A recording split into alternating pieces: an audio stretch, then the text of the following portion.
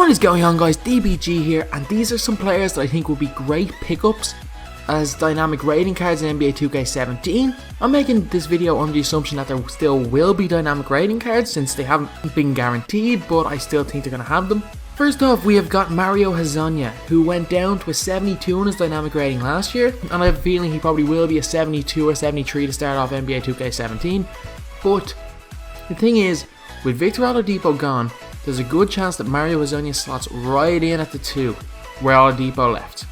Hezonja can shoot, he can get to the basket, he can jump, he's athletic, so I can see him being a 16, 17 points a game scorer, and his dynamic rating I think has a good chance of becoming either a really high silver or a low gold, and quickly, because with Oladipo gone, he's going to get more shots, he's going to get more touch, he's going to get more minutes, and he's going to have a much bigger role for the Magic than he did last year. Next up, we've got Kemba Walker, who I think is going to start off at maybe an 83, 84 overall. He was unbelievable in the playoffs against the Miami Heat, and I have a feeling that he could carry that momentum into this season. The Charlotte Hornets are a decent team and are probably going to still be in the playoffs next year. Even though they did lose Jeremy Lin and Al Jefferson, I think that Kemba Walker is going to lead this team to the playoffs again. I think he could possibly be a 23, 24 point game scorer. And even though he probably will start off around an 84 overall, he could easily go up to an 88, 89 overall after rating close to an amethyst, or he could possibly, if he has a really good year, something similar to what Kyle Lowry was last year, he could possibly be a low amethyst. So if you have a chance to pick him up on the first few days, I would. Next up, we've got Jabari Parker, who it took him all last year to try come back from that injury. He struggled a little bit, but he had a decent enough season overall, and especially towards the end. So I have a feeling Jabari Parker, this is going to be the year where he steps up and becomes, I don't think he'll be an all-star, but almost at an all-star level. So I think Jabari Parker is going to be the second top scorer on the Bucks after Giannis. I think he's going to average about 18 points a game. He's a decent rebounder. He'll be able to play the 4, and with Giannis running the 1, he can do extremely well. He could slot down to the 3 if Tom Maker becomes a good player. But Jabari Parker has the potential to be a 20 point a game scorer. I think next year is going to be the first year where he starts to make some sort of headway into that. I think he's going to go up to maybe an 83, 84 overall. Next up, we have got him, who in my opinion is the favourite to win most improved player. It is Dennis Schroder, who I rate so highly. I think he's going to be a great player. He could he possibly be an all-star next year? Who knows, but I think he could be an all-star. With Jeff Teague gone, Dennis Schroder straight in as the starting point guard. He's extremely good, he's quick, he can shoot, he can get to the basket. He was great in the playoffs for the Hawks, especially against the Cleveland Cavaliers. But Dennis Schroder is a really good player. I can see his dynamic rating going up to an 86, 87 overall, and he probably will start about a 78, 79.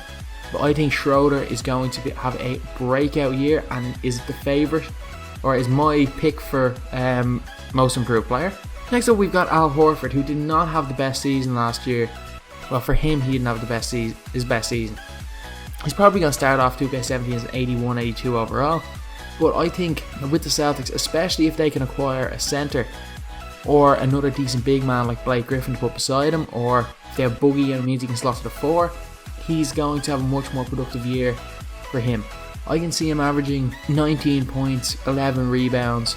He's not a bad inside defender, so I can see him going up to maybe 85, 86 overall, but he's not going to be great to use in game.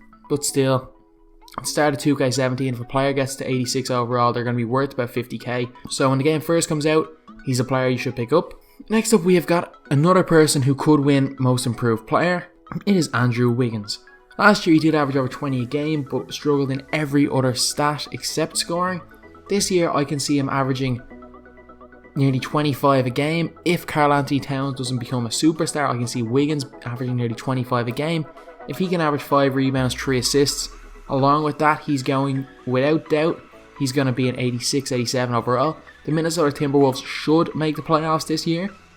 And with Wiggins, if his team is one of the playoff teams and he's averaging 25, 5 and I don't know 3, he probably will get upgraded to maybe an 87 overall, could be even higher. So he's definitely at the start of the game, especially if he starts off like he ended last year at an 81 overall, he could be a great pickup. Next up, we've got a little bit of a risky one. It is Dwight Howard. I think for some reason, I just don't know why, I think he will be an 82 overall at the start of next year. But there's a good chance that his career could be revitalized. Like, obviously, he didn't look like he ever wanted to be there with Houston Rockets and with the LA Lakers. So who knows, if Dwight ends up liking playing with the Atlanta Hawks, enjoying playing basketball, he could easily be in the running for Defensive Player of the Year. While there's a possibility that Dwight will just have another average year like he did at Houston, stay at around the 80 mark, there's a chance that he could go back to somewhere close to his Magic days and end up close to an Amethyst and an 89-90 overall. It's one of those players that's kind of a high risk, high reward, but he does have the ceiling of an Amethyst, and if he can find a fit in Atlanta, there's a chance he could get up to an Amethyst. So I definitely pick him up early in 2K17. And last but not least, it is probably the one where you'll make the most money. It is Russell Westbrook. I think he's going to start off at a 92 or 93 overall. I'm going to say 92 because they could easily just give Curry a 93, LeBron 94 like last year, or something along those lines, only have two players over 92. But anyway, Russell Westbrook, if he stays with the Thunder, could do an Oscar Robertson and average a triple-double. He's going to average 35 a game, in my opinion. I think he could average 35, 9 assists, and 8 rebounds a game. He could have the best statistical year the NBA has seen since probably Oscar Robertson, but he's going to be very like Kobe in 2006.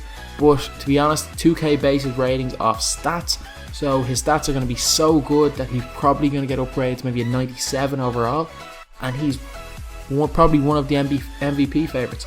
If he can manage to get the Thunder into the playoffs, he will probably win MVP. So anyway, that's the video. There's just a few players I think are going to be good buys at the start of NBA 2K17. I think they're going to get upgraded, and I think they're going to have breakouts starting from the very start of the season, day 1. So if you can pick these guys up in the first week or so of the game when Dynamics and normal rating cards are the same, these cards values will pick up because Dynamics always do, and I think these guys are going to get better fast, and I think that they're going to be an easy way to make a bit of money at the start of NBA 2K17. So as always, thanks for watching. Please like, comment and subscribe.